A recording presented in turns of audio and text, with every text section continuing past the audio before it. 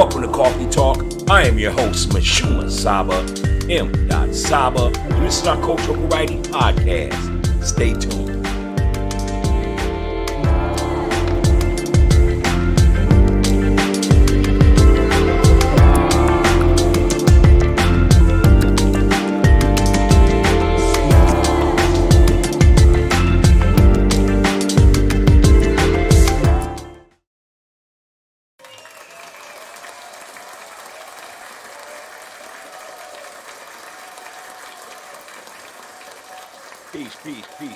Peace.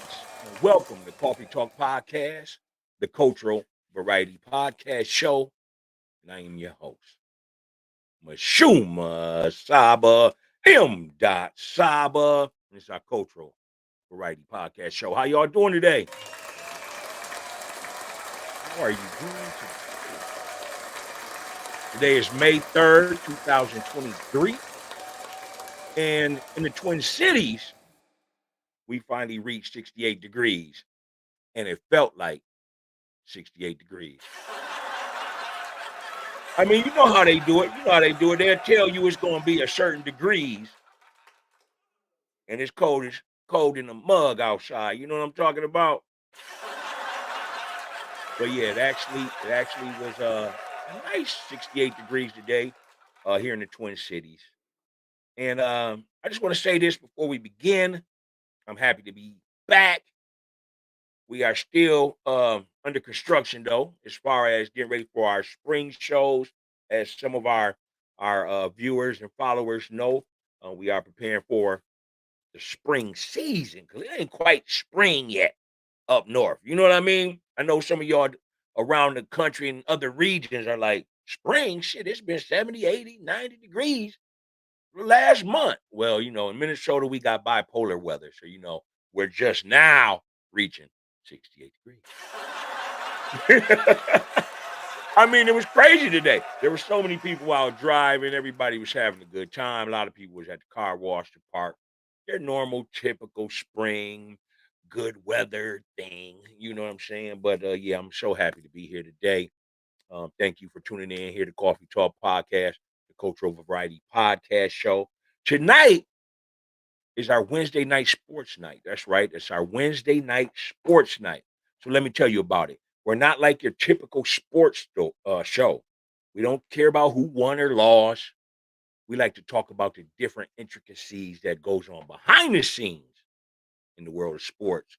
So that's what we're going to be doing tonight, like we do every Wednesday. Yeah. But let me know how did you spend your afternoon today? How did you spend your afternoon? How was work? How is the family? Let me know how you're doing today. Go ahead and leave a comment. And let me know, man. I want to know. We always like to lend a shoulder or an ear here at Coffee Talk Podcast, the Cultural Variety Podcast Show. But yeah, I didn't do much. Man, I had the day off, so I went and washed the car. I took my son, waited for my son to get home from school. We went to the park. That's just something we always do. I really enjoy that. Letting him run around in the park. And, usually I just sit there, man. I just relax, man. You know what I mean? And take in the good weather. So that's what I did today. What did you do? Again, go ahead and leave a comment. Let me know. Did you go out and wash the car today? How was work? Are you happy to be off work? Are you all saying, don't talk about work, Saba? All right, Some people be like, look, leave work at work. I ain't talking about work tonight. I mean, I want to enjoy the show, Coffee Talk Podcast. Yeah, so, and how is your family, everyone? You know, um, if you know anybody that needs some positive energy sent their way, go ahead and send that. We send that to them as well. Um, if you need an affirmation, I'll just tell you right now that you are valuable, you know. So no doubt, this is Coffee Talk Podcast. All right, so let's go ahead and get into our flavor. If this is your first time tuning into the show, we never start the show without giving you its flavor as well as its wise words. So today's flavor, man, I had to do it just because it's 68 degrees outside. Today's flavor is a mango peach wine cooler. That's right. Yeah, a mango peach wine cooler. I can't really put the company's name in there. I ain't got props to do that yet. But hey, we love their drinks, so maybe we can hook up and you know, we can go ahead and be promoted, or we promote them. Do a little something. You know what I'm saying? But yeah. So today's flavor is mango peach wine coolers. You know why? Because it just gets you right, man. It gets you into that relaxed feeling. You know what I'm saying? And then today, again, was the perfect day, 68 degrees outside. So that's today's flavor. Also, today we're going to talk about, or tonight, we're going to talk about, excuse me, the Geovanta Tank Davis Ryan Garcia fight that just was on the 22nd of April. So we're going to reflect on that, see where the champ should go next. You know what I mean? So we're going to do that. We're also going to get into story time, because here we really are big on encouraging literature throughout the Black communities as well as the Black family. That is something that we're big about here at Coffee Talk Podcast. You got to check us out on Monday nights when we do our cultural studies. So we got a little flavor for everybody. But we're going to jump in tonight, and because it is Wednesday night sports, we're going to keep it boxing. You know what I'm saying? So we're going to be talking about back when white boxers refused to fight African Americans. White boxers refused to fight African Americans. And then we're also going to talk about Jack Johnson. We did an episode on Jack Johnson last year sometime, so I thought we would go ahead and bring that back. So we're going to definitely do that here at Coffee Talk Podcast. So let's go ahead and get right into it. So, what was your thoughts on the fight with Geovanta Tank Davis and Ryan Garcia? You know, First of all, I want to say um, Geovanta Tank Davis is one of the most humblest kids, man. Um, Very tactical too as a fighter. Very high IQ. You know what I'm saying? He's the man of the division, of the 135-pound division. And you know, I thought he fought a spectacular fight. I didn't think the fight would be any other bells and whistles and fireworks other than what it was. It did great at the gate. They said what it sold, what, 1.4 million? I could be wrong, but I know it did hit the 1 million mark as far as ticket sales, or pay-per-view sales, I should say. Great fight, MGM Grand. And second round, second round, Ryan went to reach and got caught. And that was the first knockdown of the fight. And then, as I thought, I said what? I think I said the seventh round it was gonna be over with, but it was the sixth. He took him out with a body shot. Body shots, man. Body shots, to me, other than the uppercut in boxing, body shots are the best knockouts to me. You know what I mean? Because you just see a brother lose all his air. All the air just escapes his body. You know what I mean? Yeah, I mean, when you get a body shot, for real,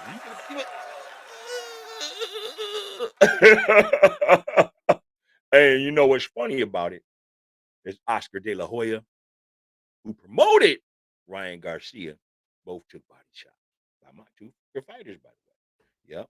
Bernard King gave him a body shot that was something vicious. Make sure y'all check that out on YouTube or any other outlet that shows videos. But Bernard B. Hop out of Philadelphia, one of the greatest welterweight champions in the history of boxing. And what is he? Does he still hold the title as one of the oldest boxers to win a title? I definitely rock with him. But yeah, man, going into this fight with Geovanta Tank Davis and Ryan Garcia, I had, give me a second, a lot of brothers that was on my page, man, and it was kind of irritating me because I'm a boxing fan. I'd be expecting to be talking with other boxing fans, because all boxing fans that know the sweet science, that love the art of boxing and done seen past champions and what it takes to get in front of that big stage and maintain that title. The guts, the glory. I didn't see that in Ryan Garcia. So brothers was jumping on my page about, man, Ryan's gonna beat him. Ryan's gonna beat him. And I was thinking to myself, I'm like, look, I know everybody has an opinion they want to share, but sometimes opinions are just that, I be wondering, like, have you seen Ryan Garcia's last 3 fights? Have you seen his last 3 fights? And then I would think about, have you seen Tank's last 3 fights? And Tank ain't new to this. He's a 5-time champion, 5 belts in 2 different weight classes. And he's held belts simultaneously at 135, 130. So to do that, it takes guts, man. It takes heart. You're not fighting no simpletons to get to that level in the game of boxing. So when they were talking about Ryan Garcia this, Ryan Garcia that, I'm like, man, dude, what was the dude's name, man? Somebody help me out. It was Joe somebody, an Englishman that took him out with that same thing. Ryan leaning forward, getting caught in the jaw, but he went on to win the fight. I didn't do my homework tonight on Ryan's past fights because it's not about Ryan. He took an L, right? Hey, but speaking of Ryan, I'll say this. I would say he was a great sportsmanship. Has great sportsmanship, great sportsman. He took the loss in great humility. He was very humble. And I respect that about him. You know what I mean? I respect that about him. I think he has a great left hook. I feel like he should have threw the right more consistently. He didn't throw the right much. He was just looking for that left. That left. He wasn't throwing it, consecutively. Otherwise, he could have kept the shorter Geovanta Tank Davis at bay. But he didn't do that. The first time he reached, stuck his jaw out like he does, which is on tape, because boxers are studying other boxers. Ryan, you stuck your jaw out, you got caught second round. And then, I don't know, speaking of watching tape, Ryan, if you have watched Tank's last fights. Body blow to Leo Santa Cruz. Body blow to Mario Barros. See, that's the technical side of boxing that people don't talk about. You can't just be or have one arsenal. You can't just go into a fight not being on that big stage, not fighting the level of Ryan Garcia, Tank Davis's, and think that you're going to beat a brother from Baltimore. It's not happening, man. I've been to Baltimore. I got family in Salisbury, Maryland. Peace to the family. You're not going to do that, man. You're not going to be all pretty in Hollywood and shit and come fuck with a Baltimore dude when it comes to boxing. A Baltimore dude that is creating his legacy. He is the face of boxing. He wasn't going to do that. And I could have won some money, man. I had threw out some bet offers out there. My brothers didn't take it at the time. And then at the last minute after, I'm a family man. After I done spent my gambling money, my recreational money, then they want to call me, no, let's bet. I said, nah, I ain't going to do it. It's too late. Should have called me when I was on my high. I'm just saying.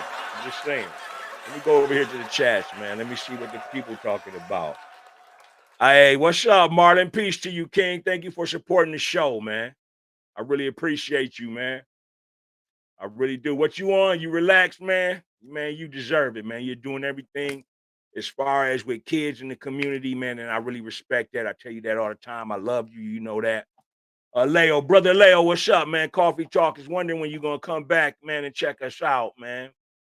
But yeah, man. So, that was my thoughts on the fight. I just knew, kind of like when there was the versus battle, and we were talking about, hey man, Jadakiss and them, they about to battle Dipset. Now listen, I like Dipset, I really do. I like Jimmy, I like Cam. I'm not so fond with Juju, but I like Cam and I like Jimmy. Them some lyricists to me. But I knew that they couldn't fuck with Jadakiss, man. Come on, man. I'm hip hop. I know hip hop. When they announced it, I was like, what? They're battling who? Jadakiss. Kiss should take them all out by himself. And we all saw that. So when I'm thinking about the Ryan Garcia fight with Tank, I was on the same thing. I'm like, what? Who? Ryan Garcia? Now, like I said, and this is no disrespect, he is up and coming. I think he got pushed a little too fast. They was calling him one of the four kings at 135. Because the kings are Tank Davis, Ryan Garcia, um, Javante Tank Davis, and it was Telefimo, but now that Shakur done moved up to 135, Telefimo, you're gonna have to show us a little bit more. Telefimo is still trying to figure it out. Remember when he just had his last fight? Was that February? And as the at the end of the fight, he got to saying to his dad, "Dad, do I still got it? Do I still got it?" Because he really, hey man, I don't think he really won that fight. You know what I'm saying? But hey, the agony of defeat's a motherfucker in boxing, and that's why we love it. So that's my thoughts right there. All right, well, listen. This is Coffee Talk Podcast. That was our first segment talking about Javante Tank Davis, Ryan Garcia uh fight, man. And it was a great fight. 1.4 million was accumulated in pay-per-views, man. These guys is large. Will there ever be a rematch? I don't know. I wouldn't say so. And if it was, it would have to be sometime this year. And I believe that Tank is on to other things. I think we're gonna see uh Tank and Shakur Stevenson for the holidays this year.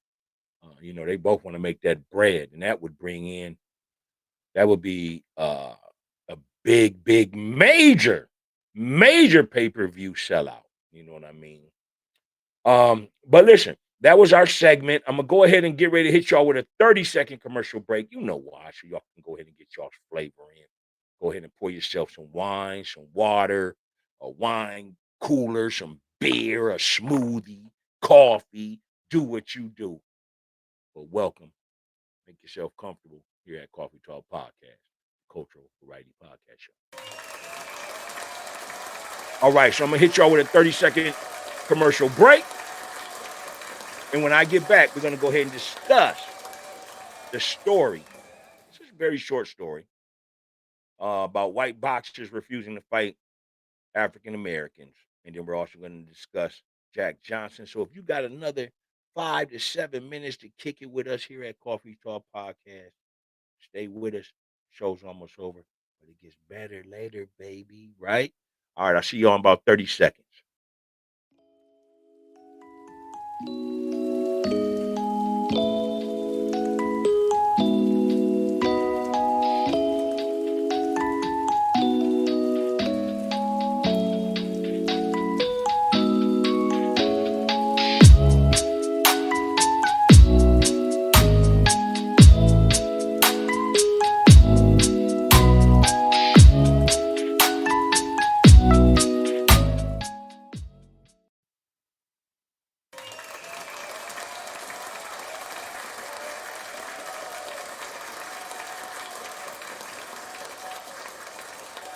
Peace.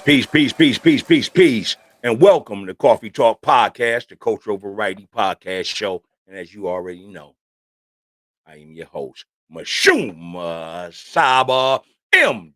Saba. And this is our cultural variety podcast show.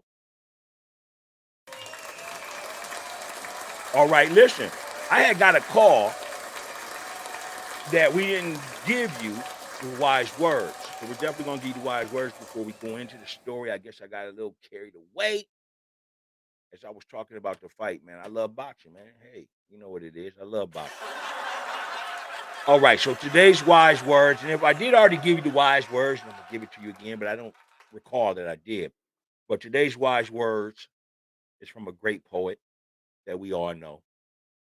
She's an inspiration to not only just young women, but she's an inspiration to all of us. She's also one of our ancestors. Again, she is one of our greatest poets of all time, Maya Angelou. And this is her wise words for tonight. Success is liking yourself, liking what you do, and liking how you do it. I'm going to say that one more time. The words of Maya Angelou. Success is liking yourself, liking what you do, and liking how you do it. Those are the great words of Maya Angelou. And those are our wise words for tonight. All right, so grab your kids, grab your friends, pour you something, whatever. And we're going to go ahead and jump into this 2-minute story. That's right. It's a 2-minute story about the first black to hold an American title. Let's begin, shall we? The first black. Oh, I'm sorry. I'm sorry. That's the wrong title. The title is White Boxers Refuse to Fight African Americans. White boxers refuse to fight African Americans. And we're going to be reading this out of a book that was edited and put together by Jeffrey Stewart. And the title of the book is 1001 Things Everyone Should Know About African American History. So that right there, make sure you go ahead and grab that. You also can grab that on any of the frequencies such as Amazon or any other outlets. But let's go ahead and dive on in. It was difficult for African American boxers to challenge for titles against white boxers. John L. Sullivan, one of the country's first national sports heroes and the world heavyweight champion in 1889, for example, refused to fight against black boxers. I will not fight a Negro. I never have and I never shall. John Sullivan's refusal to fight black boxers was supported by many in the white sports community.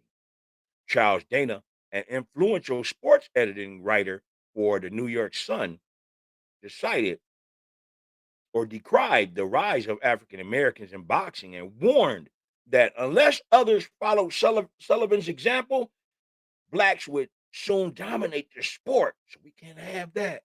We can't have blacks going into the sport of boxing. We are in the midst of a growing nuisance, a menace. The black man is rapidly forging to the front ranks in athletics, especially in the field of fisticuffs. We are in the midst of a black rise against white supremacy. There are two Negroes in the ring today who can trash any white man breathing in their respected classes, George Dixon and Joe Wilcox. What America needs now is another John L. Sullivan. Wake up, you pugilists of the white race.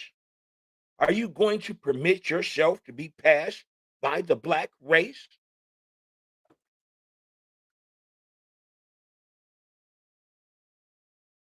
White boxers' refusal to fight African Americans.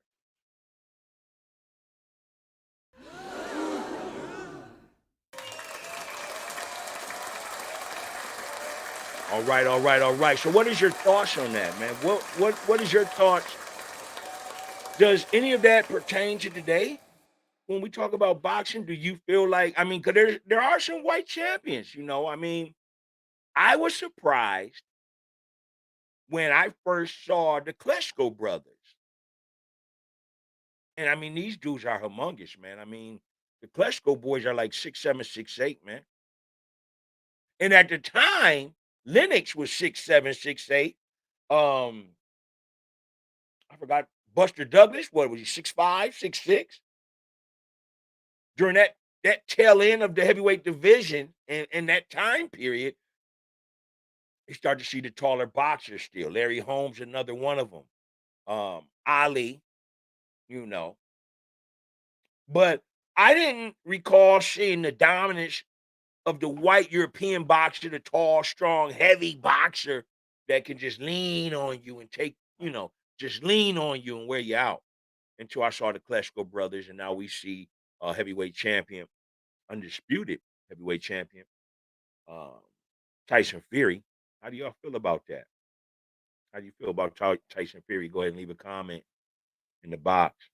I gotta respect the dude, man, because I've never seen a heavyweight move like that. Tyson Fury to be a guy that's 6'7", 6'8". Shit, in some cases he's came in weighing 280 to 300 pounds. Um, move so swiftly and so light on his feet like that. Um, as far as having light feet, moving swiftly, I call him the heavy D of boxing because nobody could dance like heavy D. Nobody could dance like heavy D. heavy D. But yeah, Tyson Fury came along. The Klitschko brothers came along. So go ahead and tell me what your thoughts are on boxing right now. Um, and then we got a European cruiserweight champion right now. I forgot his name. Alexander Osik is his name. So they're holding the big belts up there in the weight in the boxing division. But right now, being a boxing fan, I love the 130, 135 pound divisions, 140. Uh, catch weight 160, 160, what? 168, Charlo brothers. You start to get up in there with Carnelo, you know. And I'm curious to see how Carnelo fares in his next fight because he's coming off a loss. He tried to move up to fight was that light heavy or a cruiser Bevel, you know. And Bevel spanked him, really did, sent him back to his weight class. So I'm curious about that. But let me know what your thoughts are on white boxers refusing to fight African Americans. Does any of that cater into today? A lot of people don't want to take O's, and that's another reason why I pay respect to Gervonta Tank Davis and Ryan Garcia because they were both undefeated. They both had the limelight, and even though Ryan Garcia took a loss to Tank, he still has a future if he works on his stuff.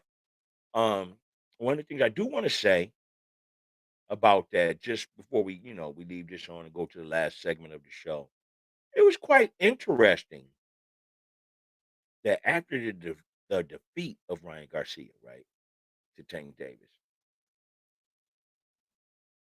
Bernard, the executioner, Hopkins, who is a promoter, and De La Hoya, Oscar De La Hoya, who's also co-promoter of Golden Boy Productions or Promotions, they didn't even show up. And now there's to the press conference. They didn't show up to the after fight press conference. Had the boy out there by himself. They had so much encouragement to say to him and push the fight, but as soon as he lost, they got out of there. Nobody want to be with a loser. Cold blooded. There are reports that Ryan Garcia is not going to keep Joe Goosen, his trainer, and I wouldn't keep Joe Goosen either. He doesn't. He seemed like he just came out of nowhere. You know what I mean? Funny looking dude. You know what I mean? But yeah, so that's that. All right. So listen, we're gonna go ahead. and jump right into the next story. Again, I told you these were going to be short stories. You just gotta trust me. Trust me. But we're going to go ahead and talk about Jack Johnson, the first black heavyweight champion of the world, man. So we're going to go ahead and dive in. Let's do it.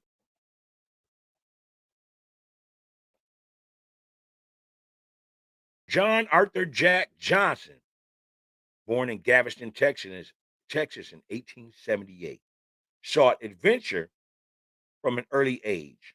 Leaving home after finishing fifth grade, Johnson worked on a milk wagon as a baker's apprentice and a cook's helper on a steamship. While working for an ex-boxer in a Dallas carrier shop, Johnson entered his first match and took home $25, even though he lost.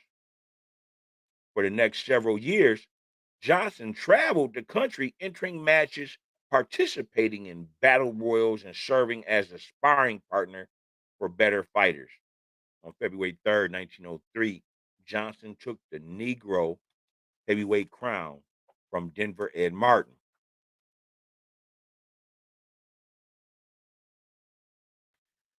Not content, not content to fight within the ranks of the African American boxers, Johnson tried to arrange bouts with the 1903 white heavyweight champion Jim Jeffries and Canadian Tommy Burns.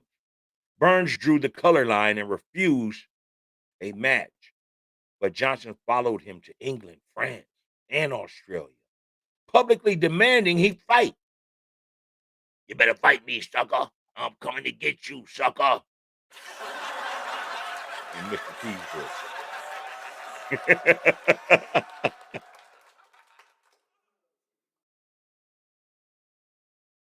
Finally, Tommy Burns agreed on December 26, 1908. Johnson and Burns fought for $40,000 purse, $35,000 going to Burns, and $5,000 for Johnson. That's a lot of money back then, y'all. We talking about the 1903. That's equivalent to him getting 35 million and old boy getting 5 million. You know, Jack Johnson. But anyway, Burns, out of a $40,000 purse, received $35,000 and Jack Johnson $5,000. Johnson clearly dominated the fight, staggering Burns with rights to the head and combinations. And in the 14th round, with Burns bleeding from the mouth and his eyes swollen almost completely shut, the fight was stopped and Jack Johnson was declared the winner. That is the story of Jack Johnson. Now, when he went to fight Jim Jeffries, following Jack Johnson's victory over Tommy Burns in the 1908, public pressure mounted for Jim Jeffries to come out of retirement and reclaim the crown and the white honor. Author Jack London wrote, "One thing now remains. Jeff Jeffries must emerge from his alfalfa farm and remove the golden smile from Jack Johnson's face." Because back in 1903, Jack Johnson was rocking the gold front. You know what I mean? Jeff, it's up to you. Jeffries reluctantly agreed, and the fight was set for July 4th, 1910 in San Francisco. The fight sparked an enormous interest, and 6 promoters vied for the right to handle the contest. The negotiations with the potential promoters signified the largest legitimate business deal ever conducted by an African American up to that time. Ultimately, the 101,000 purse was issued in 4 installments. 20,000 immediately after signing the contract, another 20,000 60 days after signing, another 50,000 48 hours before the bout, and the rest following the fight. The money was split 60-40, with the larger percentage allocated for Jeffries. Jeffries, a 5-3 favorite, despite his more than 5-year absence from the ring, was billed as the Great White Hope. So whenever you hear the word Great White Hope, they're referring to Jim Jeffries, who fought Jack Johnson, boys and girls. You know what I mean?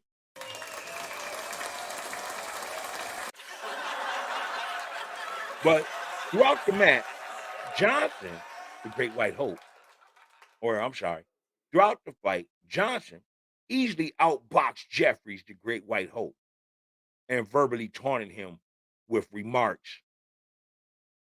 about his ability. Early in the 15th round, Jeffries was knocked to the ground twice. After a third knockdown several seconds later, he was counted out, and Jack Johnson was awarded the World Heavyweight title. Jeffries was gracious in his loss. I guess it's my own fault. They started calling for me and mentioning me as the white man's hope. I guess my pride got the better of my judgment. He later acknowledged, I never could have whooped Johnson at my best. I couldn't have a hitman. I couldn't have a hit him. I couldn't have hit him. The Johnson Jeffries bout was one of the most racially charged fights in U.S. history. And perhaps we'll talk about that in some other episode.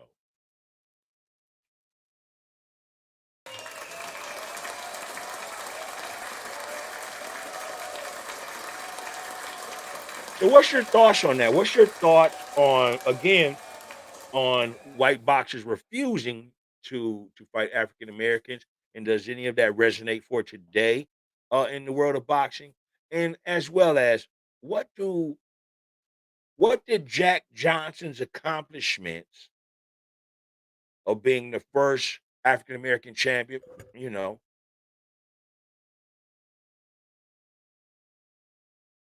what did that mean, or how did that inspire our village, our community, your family, yourself as a black man or as a woman that enjoys boxing? Go ahead and leave that in the comments. Let us know what your thoughts are on that. Other than that, I would like to go ahead and just tell you a few things about Coffee Talk Podcast as we end the show. One of the things that we like to do here at Coffee Talk Podcast, the Cultural Variety Podcast Show, is we definitely encourage literature. We encourage books. We encourage that you find time throughout your day or your evening while out at a park, or whenever you have time for yourself, to pick up a book, pick up a magazine, or even if you're going to use your phone or your laptop, go search out something that you've never thought about reading before. You know, it can be a quick read, a short read. It can be a minute, 2 minutes, 5 minutes, whatnot. But go ahead and stimulate your mind with different words to elevate your vocabulary to help you be able to express yourself. That is one of the things that we like to go ahead and provide here at Coffee Talk Podcast, is the encouragement of literature and reading for our people. Also, we are the Cultural Variety Podcast Show, and we like to cater to our culture, and we like to disrupt all negative narratives about our people. We love our show, we love our people, and we're going to keep giving you new media and not old. And we're going to keep on celebrating all people, but most importantly, our melanated people out there as well. So we'd like to go ahead and thank you for tuning in to Coffee Talk Podcast, the Cultural Variety Podcast Show. I am your host, Mashuma Saba, M. Saba. This is our Cultural Variety Podcast Show. I'm going to hit you with the universal peace sign. I'm out of here, man. Thank you for supporting the show. Peace.